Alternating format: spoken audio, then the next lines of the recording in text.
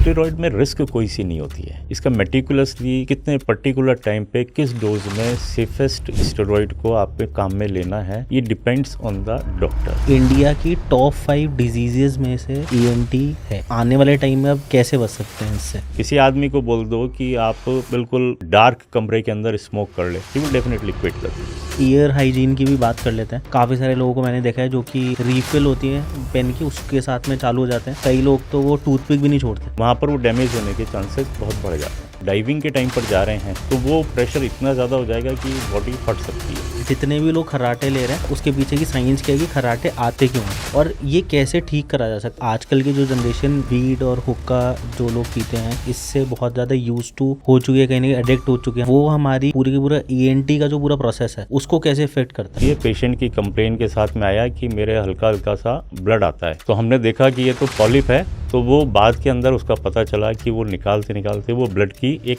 गांठ थी।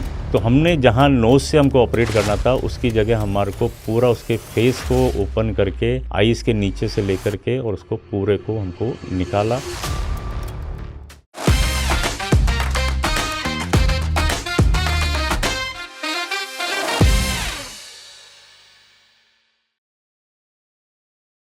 Hello everyone, आज हमारा एक नया पॉडकास्ट स्टार्ट हो रहा है और इस पॉडकास्ट में हम बात करेंगे मेडिकल इंडस्ट्री के बारे में। इसमें हम बात करेंगे ईएनटी के बारे में और इसमें हम काफ़ी सारे टॉपिक्स के ऊपर में बात करेंगे जो बहुत कॉमन है बट बहुत इम्पॉर्टेंट है बिकॉज वो हम सबकी लाइफ से जुड़े हुए हैं कहीं ना कहीं। आज हमारे साथ में जो गेस्ट हैं वो हैं डॉक्टर सुदीप जैन। ये ईएनटी एलर्जिक एंड हेड और नेक कैंसर के स्पेशलिस्ट हैं। Welcome sir to our podcast. Thank you. कैसा लग रहा है आपको? बड़ा अच्छा लग रहा है। इसको देख करके ऐसा लग रहा है कि जैसे किसी स्टूडियो में बैठ करके आपको एक ईयर नोज़ एंड थ्रोट के बारे में जनता को या पब्लिक को बताने का। सर स्टार्ट करते हैं। सबसे पहले मैं चाहूँगा कि आप लोगों को ये बताएं कि कितना एक्सपीरियंस आपको हो चुका है इस पूरी इंडस्ट्री के अंदर में अब तक।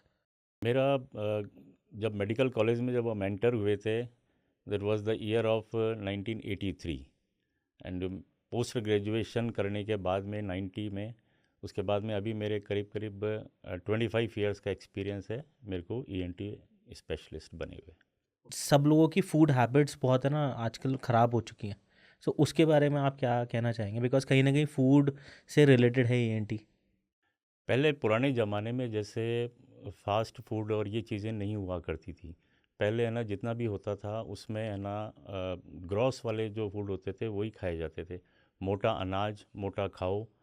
जैसे कि है ना आज की तारीख में यदि हम देखते हैं तो गन्ना पहले खाया जाता था चबा चबा करके, और अब गन्ने का जूस पिया जाता है। गन्ने को चबाने वाले कोई लोग नहीं मिलते हैं।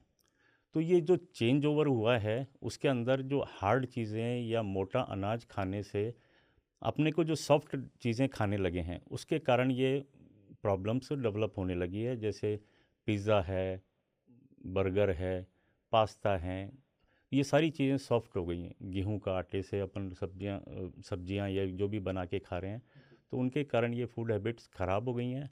और अल्टीमेटली अपने को जो खाना है वो मुंह के थ्रू ही जाएंगे, और नोज़ उसमें स्पेशल पार्ट रोल अदा करती है जिसमें कि उसको स्मेल जो आती है ना, तो इन सब फूड की स्मेल बड़ी अच्छी होती है। तो लोग है ना इस ढंग का जंक फूड खाने की आदत हो गई है। एक सर जैसे स्टार्ट हमने करा है तो एक जनरल ऑडियंस इनको ये पता नहीं होता कि ईएनटी एक्चुअली में होता क्या है। तो वो आप बताएं पहले इन बेसिक टर्म्स लाइक। हाँ, ईएनटी का बेसिक रहा है कि ईयर, नोज़ और थ्रोट, ये तीनों आपस के अंदर एक दूसरे से कनेक्टेड रहते हैं। यदि अपने को कोई भी चीज़ को खाना है तो उसका सबसे पहले अपन देखने के बाद में उसकी स्मेल से ना उसको कोरिलेट करते हैं। और नोज़ पीछे वाले पार्ट से, और थ्रोट का जैसे ओरोफेरिंग्स या अपनी जीभ के पीछे वाला हिस्सा होता है वहाँ पे, और कान में जो यूस्ट्रेचियन ट्यूब होती है, वो तीनों उस एरिया में जाकर के आपस में मिलते हैं। तो इसलिए ईएनटी को एज ए सिंगल यूनिट मान करके कि कोई भी डिजीज़ या कोई भी प्रॉब्लम होगी तो वो नोज़ में होगी, तो वो थ्रोट में भी हो सकती है और वो ईयर में भी हो सकती है। सर अभी तक के आपके जो करियर जो एक्सपीरियंस रहा है उसमें सबसे डिफ़िकल्ट या सबसे टेढ़ा कोई केस ऐसा हो जो आप शेयर कर सकते हैं हमसे, बता सकते जी, हैं ऑडियंस को, कि जिसमें आपको ऐसा लगा हो कि क्या ही केस हो गया एकदम, ये क्या क्या ही केस आ गया। बिल्कुल। अ, जैसे मेरा करियर काफ़ी पुराना भी हो गया है ना, काफ़ी टाइम से हम कर रहे हैं। उस समय ना इंस्ट्रूमेंटेशन या इक्विपमेंट्स बहुत लिमिटेड होते थे। उस टाइम पर जैसे ना सीटी स्कैन से लेकर के एमआरआई होना या और चीज़ों की जो एंडोस्कोपीज़ और ये होती हैं, वो बहुत कम हुआ करती थी। तो मैं करीब-करीब 96, 98 के आसपास का टाइम था, जब नाक के अंदर है ना एक गाँठ हो जाती है। वो सिंपल सी गांठ दिखती है, पेशेंट की कंप्लेन के साथ में आया कि मेरे हल्का हल्का सा ब्लड आता है। तो उसको नेकेड आई से हमको देखना होता था। हमने देखा, माइक्रोस्कोप ईयर के लिए काम आते थे, उसमें नोज़ में काम नहीं आते थे। तो हमने देखा कि ये तो पॉलिप है, इसको अपन निकाल सकते हैं। तो नॉर्मल अपने ओटी के अंदर जनरल एनेस्थीसिया में देने के बाद में इसको निकालने का वो किया।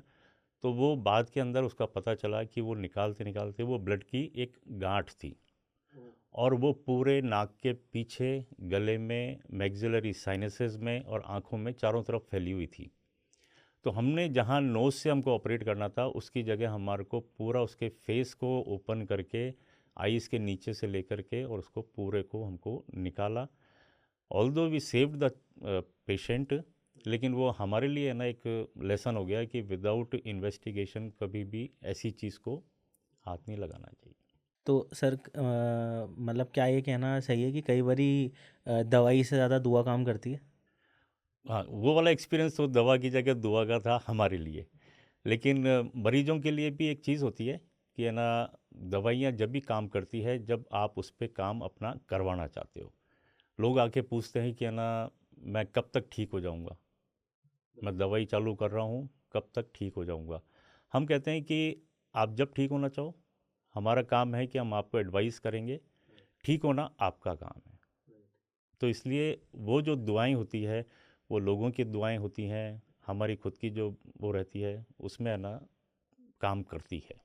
सर जैसे काफ़ी सारे डीजेज़ हैं जो कि क्लब्स एंड कैफ़ेज़ वगैरह में प्ले करते हैं साउंड एंड ऑल सॉन्ग्स वगैरह, तो उनको एक हेयरिंग प्रॉब्लम लॉन्ग टर्म में आती है ना, बिकॉज़ वो काफ़ी ज़्यादा एक्सपोज्ड होते हैं विद अ हाई साउंड।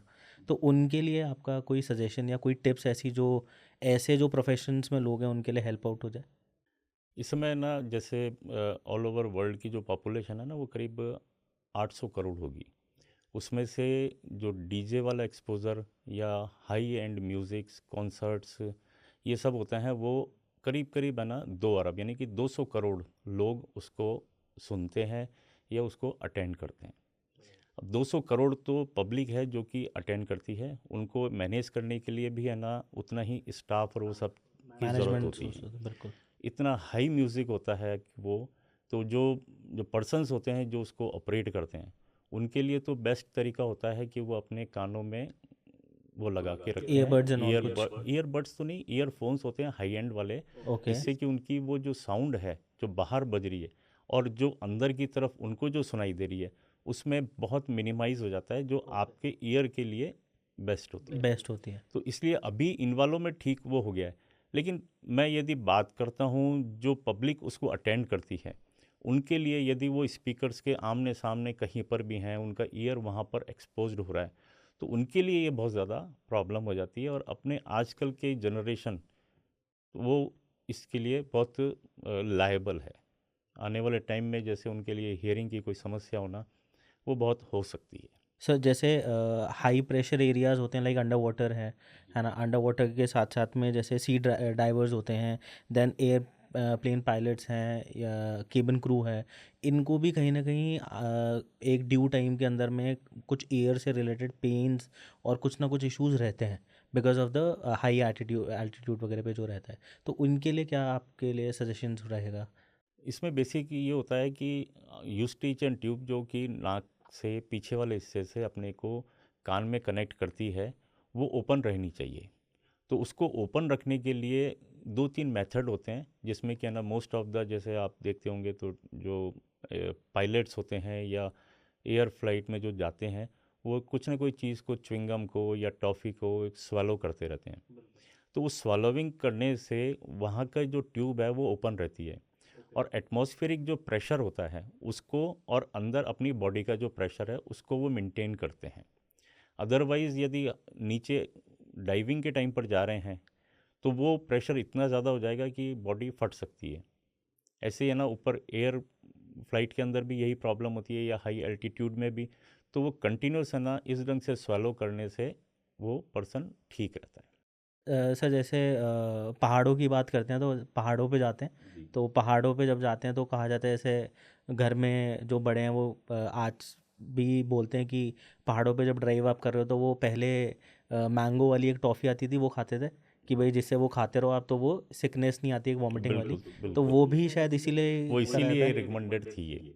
तो जैसे काफ़ी सारे लोग हैं जिनको जो पहाड़ों पे जाते हैं हाँ। और वो बस के अंदर वॉमिटिंग या कार में जो वॉमिटिंग वाला पार्ट रहता है तो वो शायद अगर ये करेंगे। वो सेंसेशन जो डेवलप होता है वो ईयर के पीछे वाले या इनर पार्ट में होता है, और वो उस जगह पर सेंसिटिविटी डेवलप हो जाती है।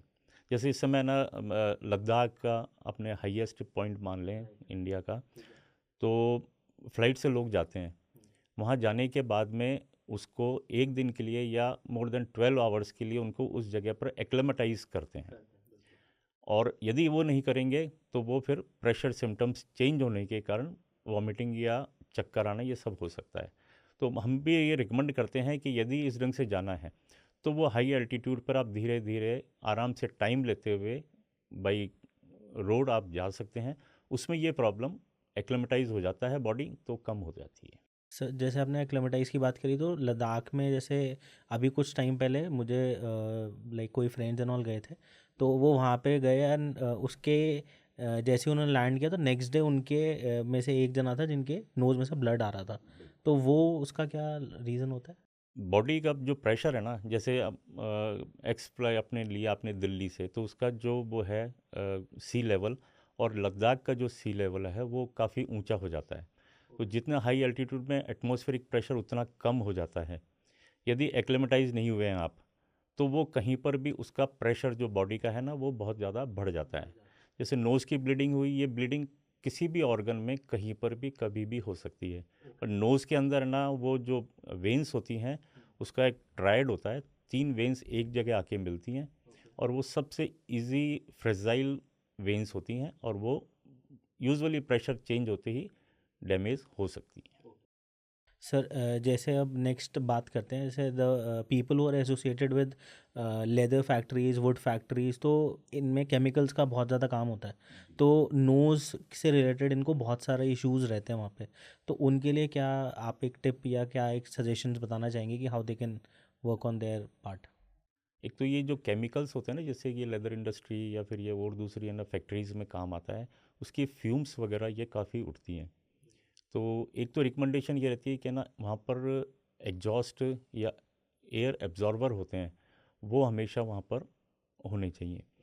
और जो पर्सन जो वहाँ पर ना वर्क कर रहा है वो कैप मास्क लगा करके रखे, तो उससे है ना वो ठीक रहता है। अदरवाइज़ नोज़ की म्यूकोज़ा होती है वो बहुत डेलिकेट होती है, और वो इतनी डेलिकेट होती है कि ना हल्का सा भी केमिकल यदि वहाँ पर टच हो जाए तो बर्न हो जाता है वहाँ पे, या फिर वो अपनी जगह छोड़ देती है, तो ब्लीडिंग वगैरह हो जाती है। सर अब लाइक प्रोफेशंस की बात करते हैं तो different professions like media industry है जैसे हम लोग हैं, और डॉक्टर्स हैं जैसे आप, लॉयर्स हो गए है ना, देन टीचर्स हैं जिनका सारा दिन या मे बी मैक्सिमम टाइम बोलने में जाता है। तो वोकल एक कॉर्ड में इश्यूज होते हैं काफ़ी सारे लोगों के, प्लस एक और चीज़ है दैट इज़ नेक स्वेलिंग, है ना, नेक में अंदर स्वेलिंग आना, है ना, गांठ भी हो जाती है। तो उसका लिए आप क्या कुछ बताइए?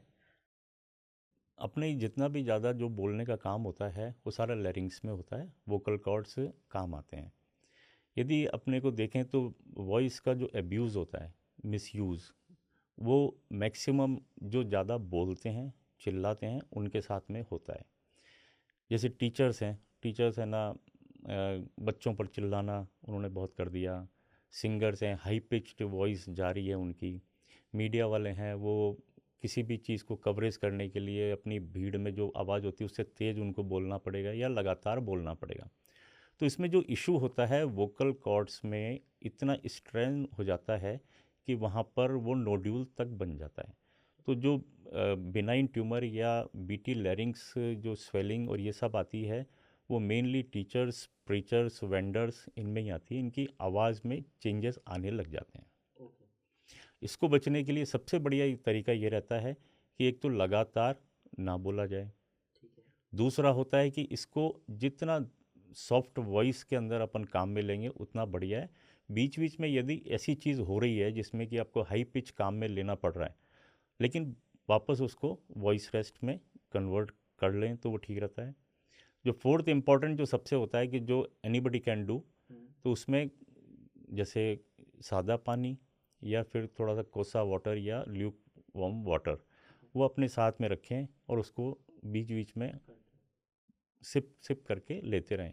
मैक्सिमम टू मैक्सिमम 20 मिनट तक यदि कोई बोलता है, उसके बाद में यदि वो ले लेता है तो कंफर्टेबली वो अपना प्रोफेशन है ना ढंग से मेंटेन कर सकता सर वोकल हाइजीन के बारे में बात करते हैं, like how one can you know make it better, vocal hygiene.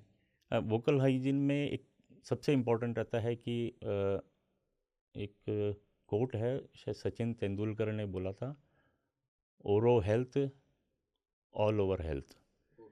यदि आपकी ओरल हेल्थ मेंटेन्ड है तो आपकी वोकल कॉर्ड्स की भी हेल्थ मेंटेन रहेगी। आपके जो भी आजकल क्या रहता है कि ना लोग एक तो मिसयूज़ ऑफ वॉइस तो है ही है, तो उसके लिए ना वॉइस रेस्ट करें। बीच बीच में है ना अपने स्टीम इनहेलेशन होता है, वो सबसे इम्पॉर्टेंट चीज़ होती है। जितनी स्टीम आप लेंगे उतना उस जगह पर एक तरह से सिकताव हो जाएगा वहाँ पे, तो वोकल कॉर्ड्स मेंटेन रहते हैं। वहाँ पर ब्लड सर्कुलेशन बहुत कम होता है, वो फाइब्रस बैंड की तरह होते हैं, और उसके आसपास के एरिया में है ना जो ब्लड सर्कुलेशन रहता है वही मेंटेन करता है इसको। तो इसलिए ओरल हाइजीन थर्ड रहता है कि इसमें जैसे अपने बोलते भी हैं कि ना कम से कम ब्रश तो 2 बार करा जाए, तो वो चीज़ रहती है। तो आपकी जो ज़्यादा बोलने की कंडीशंस है ना उसमें कुछ सुधार हो सकता है। सर जैसे अब ईयर हाइजीन की भी बात कर लेते हैं। जैसे काफ़ी सारे लोग ईयरबड्स यूज़ करते हैं, बट काफ़ी सारे लोगों को मैंने देखा है जो कि रीफिल होती है पेन की, उसके साथ में चालू हो जाते हैं। प्लस कई लोग तो वो टूथपिक भी नहीं छोड़ते, तो मतलब थोड़ा सा डेंजरस है ये चीज़। तो इसके बारे में थोड़ा सा आप बताएं, बिकॉज लोगों को ऐसा लगता है कि बस ठीक है, कान है, कान के अंदर में थोड़ा सा मैल है तो उसको निकाल निकाल दिया देते हैं। जाए। इसमें जो सबसे नोटोरियस चीज़ होती है वो ईयरबड्स ही होता है। ऑल्दो इसका नाम है ना ईयरबड्स है, लेकिन ये मिसनोनिमस है। बिकॉज़ कि है ना जिसने भी है ना ईयरबड्स डाल करके इसको क्लीनिंग करने के लिए सेल्फ क्लीनिंग जो इसको बोलते हैं वो करते हैं, तो उसकी जो ईयर बड्स की जो शेप होती है वो डंबल शेप्स होती है। आगे से थोड़ी सी मोटी होती है, मोटी होती है, पीछे से पीछे से पतली होती पतला, है। राइट। कान की शेप उल्टी होती है, कान का स्पेस छोटा होता है और अंदर स्पेशियस होता है। तो जैसे ही है ना अंदर बड्स जाती है तो वो उसको या तो अंदर जो भी है ना वैक्स है या और कोई चीज़ है या स्किन है वो अंदर की तरफ चली जाती है। अपने ईयर की जो मेंटेनेंस की जो रहती है ना वो अपने आप ही सेल्फ क्लीनिंग होती है इसमें।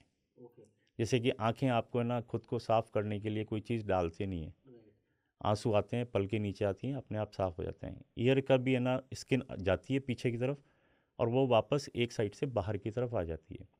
फिर सेकंड चीज़ है, उसमें हेयर फॉलिकल्स होते हैं, छोटे छोटे से बाल होते हैं। और बड्स होती है उसमें भी है ना कॉटन के फाइबर्स होते हैं। तो जब उसकी है ना बड्स से क्लीनिंग करते हैं तो नोइंगली अननोइंगली लोग स्क्रू मतलब उसको टाइट घुमाते हैं, टाइट घुमाते करते हैं, हैं, हाँ। Clockwise anti clockwise. तो एंटेंगल्ड हो जाते हैं उसमें, जैसे कॉटन के फाइबर्स भी फंस जाएंगे, बाल भी फंस जाएंगे, तो वहाँ पर वो डैमेज होने के चांसेस बहुत बढ़ जाते हैं। तो इसलिए ईयरबड्स को काम में नहीं लेना चाहिए। और बाकी की और सब चीज़ें जैसे रिफ़िल है या कार की स्कूटर की हाँ, कार चाबी की, है, स्कूटर की चाबी, एग्जैक्टली। टूथपिक है, वो तो बहुत ज़्यादा डेंजरस होता है। सच ए डेलिकेट स्किन कि वो हल्का सा भी प्रिक हुआ तो वहाँ पर फुंसी या डैमेज कर देती है, तो वो कभी काम में नहीं लेना चाहिए। और सर कई बारी ये भी देखा गया है कि कोई भी ऑयल, मतलब जनरल जो घर पे ऑयल्स वगैरह रहते हैं, तो पेरेंट्स या घर के बड़े कुछ जो हैं वो बोलते बोले भाई कान में कुछ है तो बोले ऑयल डाल लो, वो निकल बिल्कुल। जाएगा, बाहर फूल जाएगा। तो इसका क्या रिलेवेंस या लॉजिक क्या है सर इसके इसका पीछे? लॉजिक दादी नानी के नुस्खे हैं। उस टाइम पर ना डॉक्टर्स नहीं होते थे, कान में कोई दर्द हुआ गरम तेल डाल दो तो दर्द भी गायब और कान भी गायब। तो वो सच ए डेंजरस थिंग। अपने घर में अचार बनता है, अचार के अंदर तेल डालते हैं, यदि तेल की क्वांटिटी लेवल कम हो गया तो उसमें क्या चीज़ आ जाती है? फंगस फूंद आ है, जाती है, बिल्कुल फंगस आ जाती है। बिल्कुल। The same condition related with the years. Years. तो ईयर के अंदर अब नहाने के टाइम पर भी थोड़ा बहुत एक आधा ड्रॉप कोई पानी चला गया या पसीने की एक ड्रॉप चली गई, अंदर ऑलरेडी ऑयल डाला हुआ है, तो पानी वो नीचे की तरफ चला जाएगा, ऑयल ऊपर आ जाएगा, and that converts into the fungal infection. काफ़ी सारे लोगों को प्रॉब्लम्स हैं रिलेटेड टू ईएनटी, बट एक चीज़ हमको, जो हम लोग अभी रिसर्च कर रहे थे ईएनटी के बारे में, तो ये पता लगा कि इंडिया की टॉप 5 डिजीज़ में से ईएनटी है। तो मतलब इतना ज़्यादा प्रोमिनेंट ये प्रॉब्लम हो चुकी है, तो लोग आने वाले टाइम में अब इसको कैसे और कितना बच सकते हैं, मतलब कैसे बच सकते हैं इससे? आपने सही कहा, ये ओवरऑल वर्ल्ड वाइड भी है और इंडिया में भी है। इसमें जैसे जनरल सर्जरी में तो जैसे है ना अपेंडिक्स का होता है, उसके अपेंडिसेक्टमी सब जानते हैं, लेकिन उससे भी ज़्यादा यदि कोई ऑपरेशन होता है तो वह एडिनॉइड्स का होता है। बच्चों में नाक के पीछे वाले हिस्से के अंदर जो टॉन्सिल्स डेवलप हो जाते हैं वो एडिनॉइड्स के कारण ये होता है। बच्चों में यूजुअली कंजेनाइटल होते हैं, लेकिन उनकी फूड हैबिट्स जो आजकल चेंज हो गई है, तो बच्चों की फूड हैबिट्स चेंज होने के कारण जो ये चीज़ बन गई है कि वहाँ पर है ना इन्फेक्शन हो जाता है। सॉफ्ट चीज़ खा रहे हैं वो, चॉकलेट्स आइसक्रीम टाइप ऐसी चीज़ें ले रहे हैं, उसकी वजह से वो एडिनॉइड्स का इन्फ्लेमेशन हो जाता है और वहाँ पर ये इन्फेक्शन होने के चांसेस बढ़ जाते हैं। दूसरा, जैसे आजकल ये जिस रंग का जंक फूड खा रहे हैं उसके कारण भी ये है ना थ्रोट इन्फेक्शंस होना और ये सब चीज़ें होने लग गई है।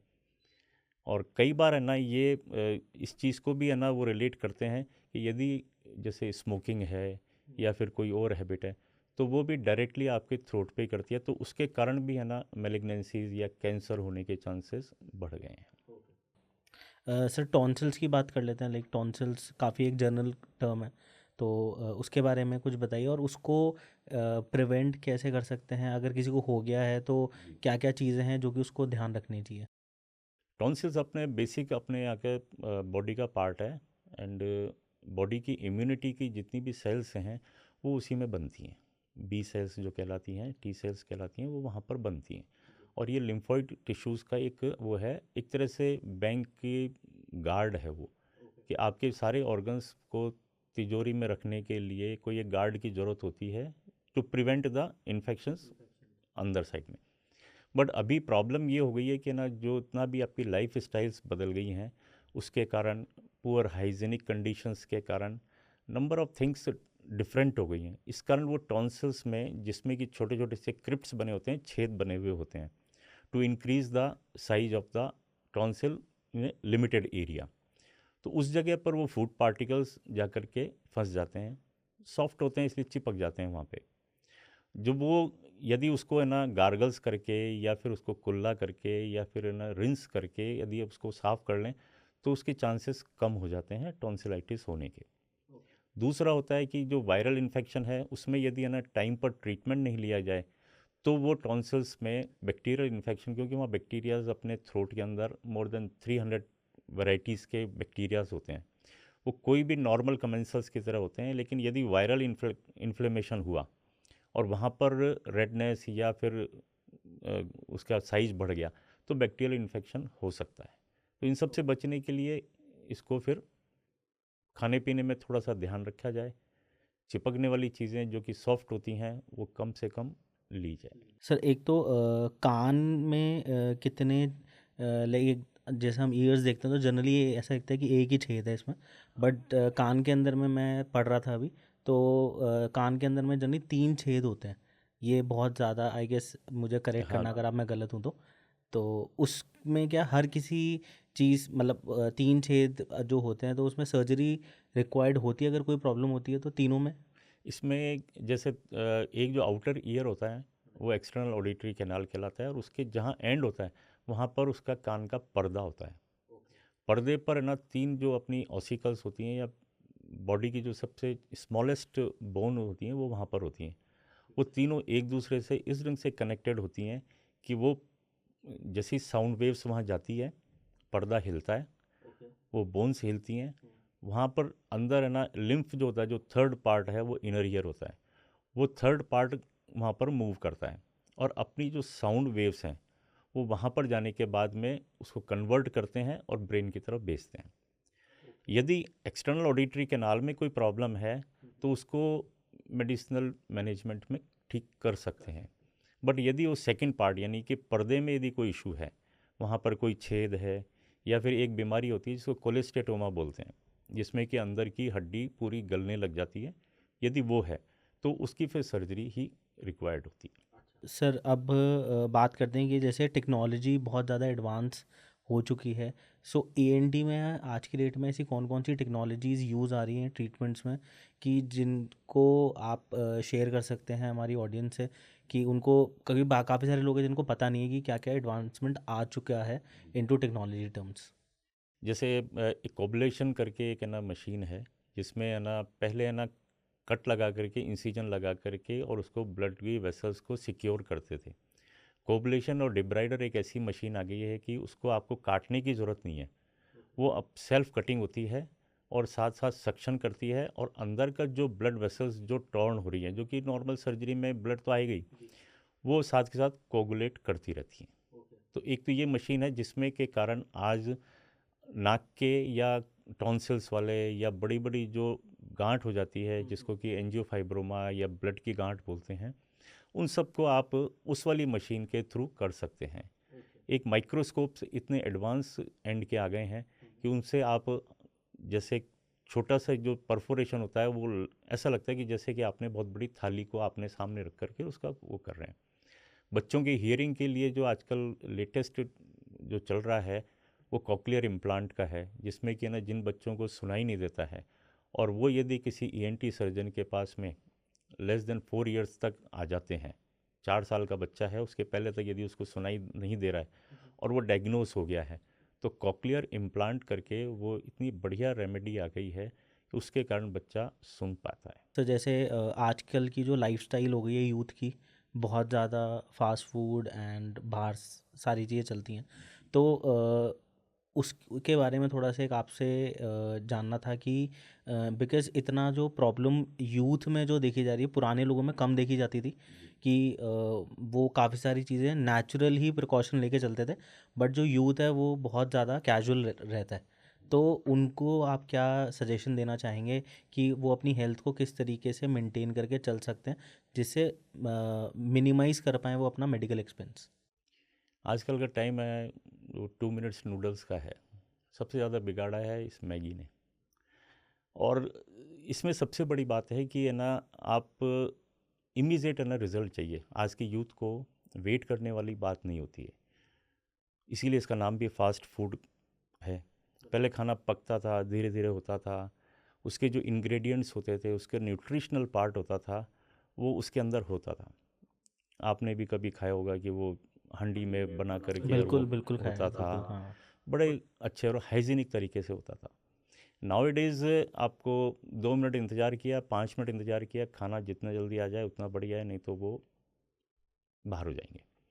तो ये वाली सारी चीज़ें हैं, वो सब केमिकल से और इनसे उसको जितना जल्दी और जितना सॉफ्ट और जितना अच्छा टेस्ट बना सकते हैं वो बनाया जाता है। तो इन सब के कारण यूथ का जो अट्रैक्शन है वो वाजिब है, क्योंकि उनकी अवेलेबिलिटी उनको मिल रही है, ये सारी चीज़ें मिल रही है। द डिफरेंट टाइप्स यूथ का है आज नई से नई काम करने के लिए या नई नई फील्ड के अंदर रहने का। The same factor related with the food, तो वो वाला खाना जो हाइजीनिक नहीं होता है वो भी ये लोग खा लेते हैं, और उसकी वजह से ये सारी प्रॉब्लम्स डेवलप होती सर एक ठंडा गरम बहुत ज़्यादा टर्म सुनते हैं हम लोग, है। कि ठंडा गरम नहीं खाना चाहिए, गरम के ऊपर ठंडा या ठंडे के ऊपर गरम। तो वो उसका क्या एक इम्पैक्ट रहता है हमारे बेसिकली पूरा वोकल कॉर्ड और उस चीज़ पे? इसमें क्या होता है, अपने थ्रोट के अंदर मोर देन 300 टाइप के बैक्टीरियाज, वायरसेस, फंगस और ये सब होती है, ऑल ओवर बॉडी में होती है, बट थ्रोट की बात करें तो जैसे अपन ने कोई चीज़ है ना गरम चाय ली या कोई भी हॉट चीज़ ले ली और उसके इमीडिएटली बाद में ही आपने ठंडा ले लिया, तो जो जितने भी वायरस या बैक्टीरियाज है ना, वो थोड़े से जो कि नॉर्मल अपनी थ्रोट के अंदर होते हैं, नॉर्मल कमेंसल्स हैं तो वो थोड़े से है ना ऊपर नीचे हो जाते हैं, और वो जैसे ही होते हैं तो वो उनका जो रिएक्शन होता है उसके कारण एकदम से है ना गला ख़राब होना या बार बार ये अपोलोजाइजिंग कॉफ करना, ये सब हो जाता है, या इन्फ्लेमेशन हो जाएगा, गले में दर्द हो जाएगा। और कुछ लोग जिनकी की बॉडी की इम्यूनिटी परफेक्ट है, उनके साथ में ये इशू नहीं होता है। दिस इज़ नॉट 100% ट्रू कि ना ठंडा गर्म किसी ने भी कर लिया तो वो उसके साथ में 100% ही होगा, बट हाँ, more than 20% is a good enough amount कि वो लोग 20% लोग यदि सफ़र करते हैं तो it's really good amount. Sir जैसे स्मोकिंग, वीड और हुक्का जो लोग पीते हैं, सो इसमें गुटखा भी मैं ऐड करूँगा, इसमें सुपारी वगैरह पान मसाला एंड ऑल भी हम ऐड करेंगे। तो आजकल की जो जनरेशन इससे बहुत ज़्यादा यूज टू हो चुकी है, कहीं ना कहीं एडिक्ट हो चुकी है, हम उसको बोलते हैं।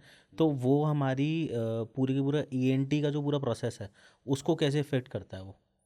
जैसे गुटखा खाने में जो उसकी जो प्रोसेसिंग होती है उसमें बीटल नट्स होते हैं, उसका जो कत्था होता है, और कत्थे के अंदर जो चीज़ें मिक्स होती हैं, यू नेवर नो कि उसके कांच का भी पाउडर हो सकता है या किसी का भी वो हो सकता है। और उसको और सस्ता बनाने के लिए या फिर है ना मनी सेविंग के लिए या अपनी लोगों को है ना बहुत सस्ते दाम पे सामान बेचने के लिए वो ये सारे केमिकल्स भी इसमें मिला देते हैं।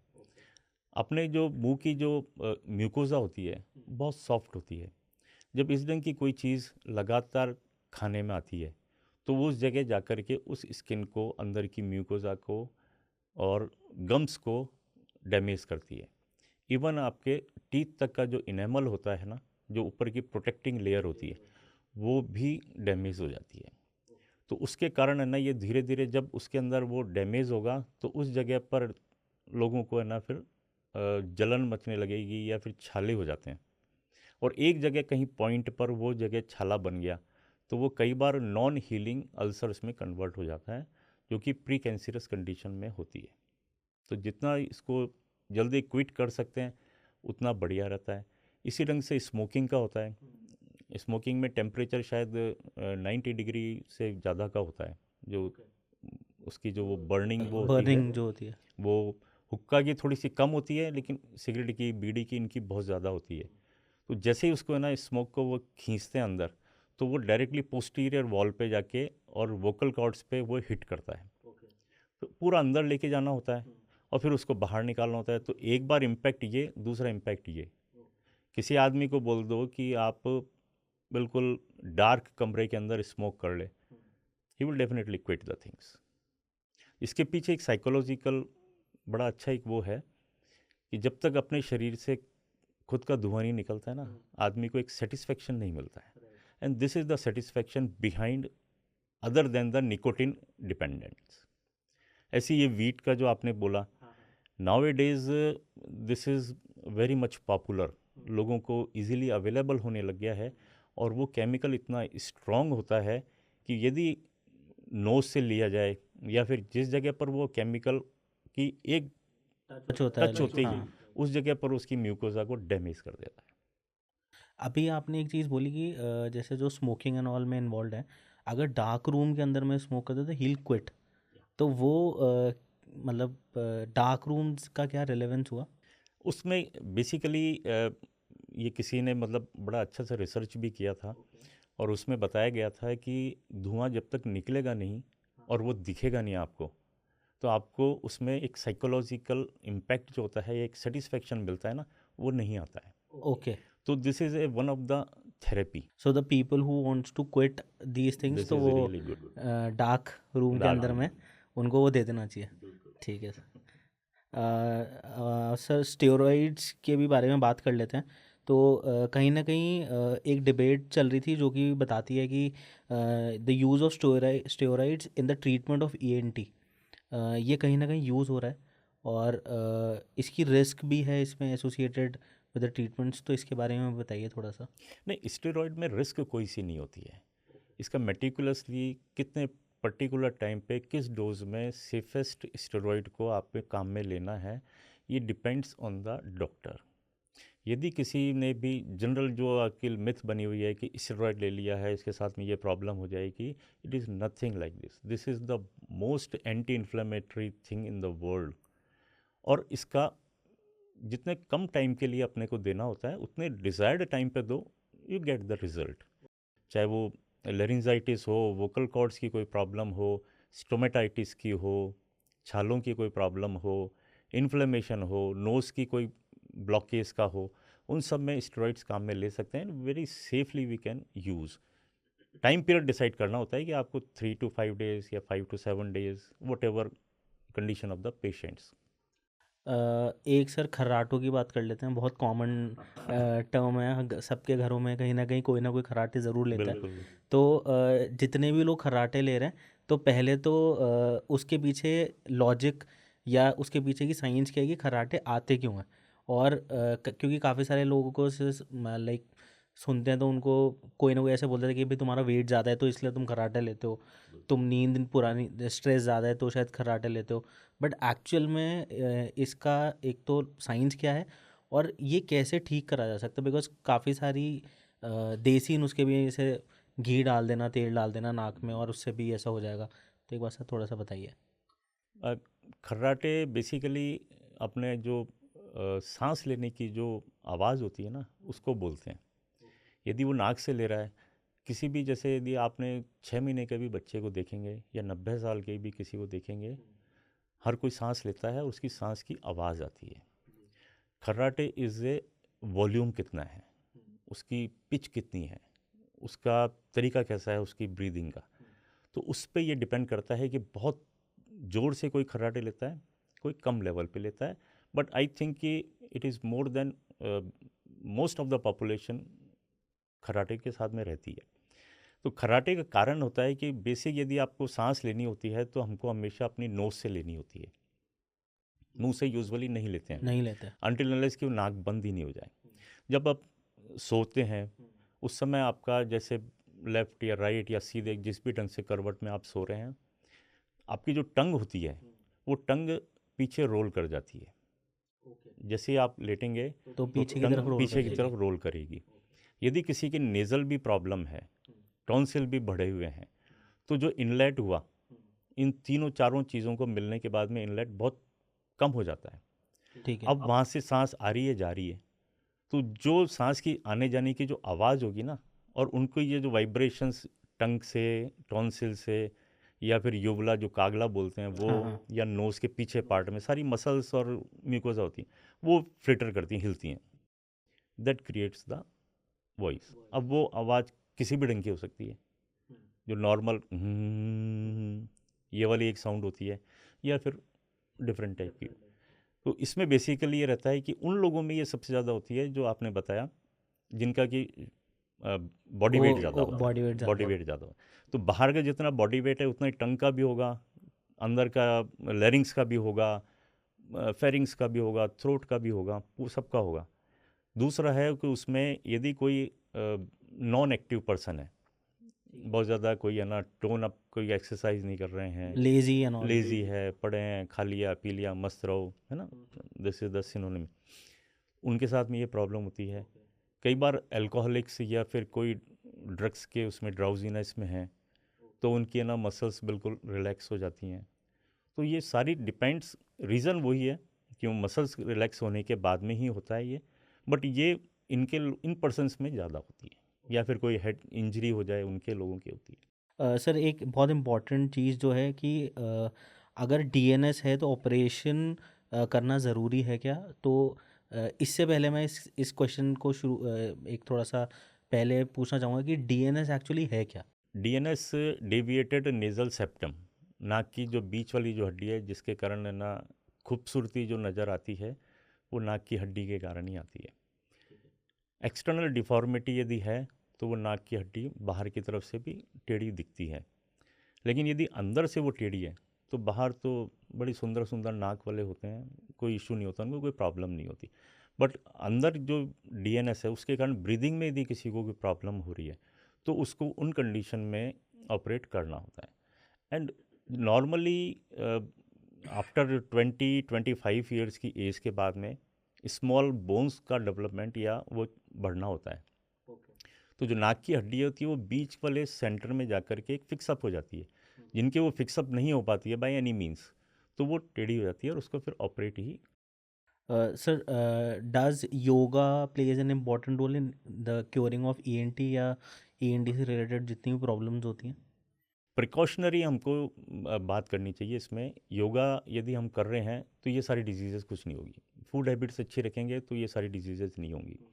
एक बार डिजीज़ यदि ईएनटी की कोई हो गई है, उसके बाद में यदि योगा कर रहे हैं तो उसके रिजल्ट्स इतने अच्छे नहीं आ सकते हैं।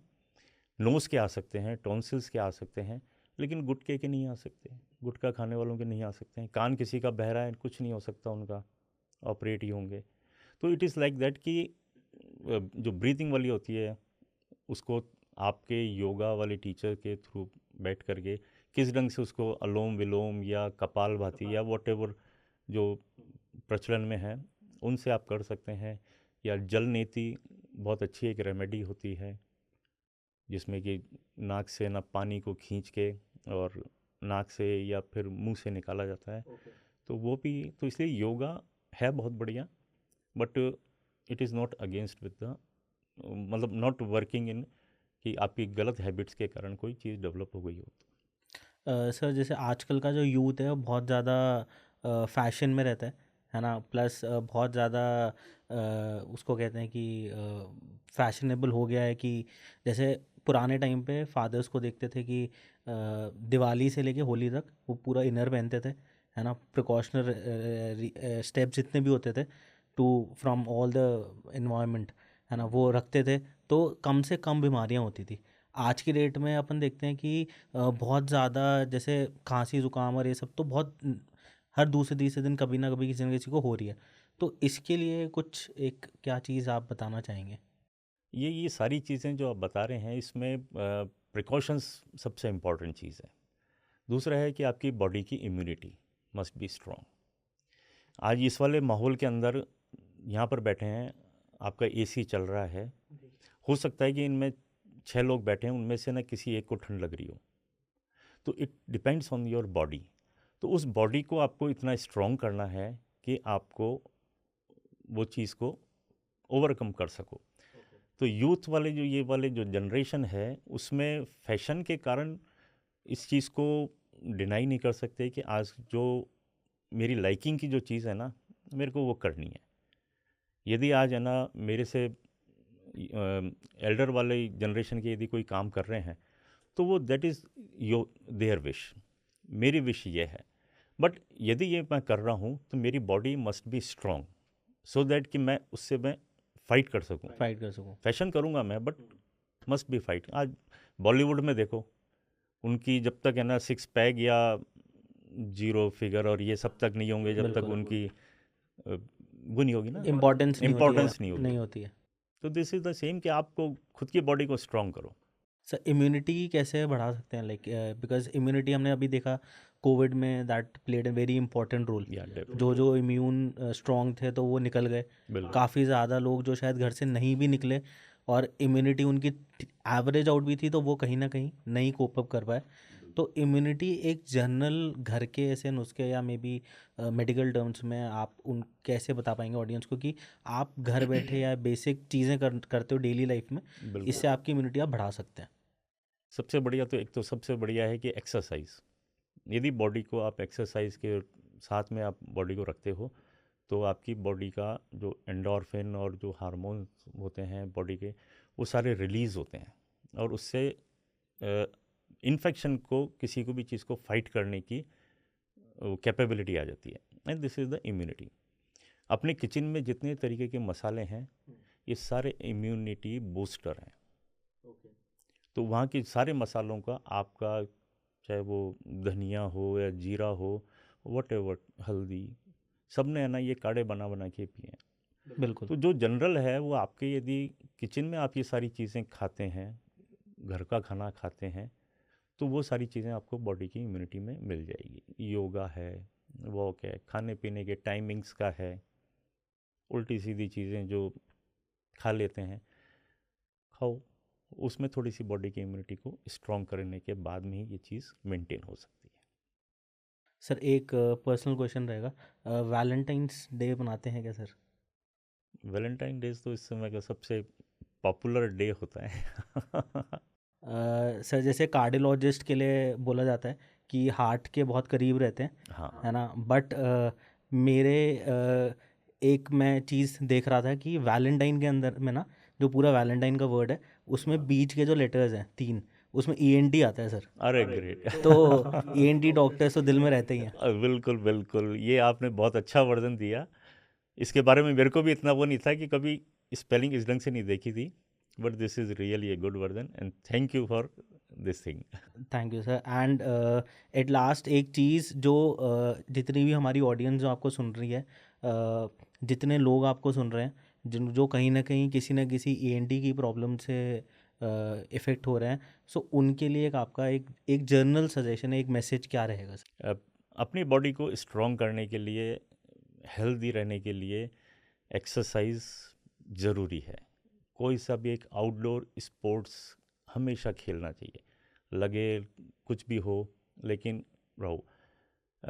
अपने PM मोदी जी है ना, उनके घर में एक है ना, उन्होंने एक वो बना रखा है जिसमें छोटे छोटे से पेबल्स हैं पत्थर के, उस पर चलते हैं वो। बजरी है, हाँ।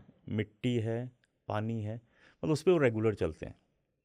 तो मेक इट ए हैबिट कि आप अपने 5 से 10 मिनट अपने घरों में या तो कारपेट्स लगे हुए हैं, मार्बल लगे हुए हैं या टाइल्स लगी हुई है, ये किसी काम के नहीं होते हैं। नंगे पाँव चलने के लिए आपको या तो मिट्टी की ज़रूरत होती है, पानी की, या फिर ये कंकर पत्थर की।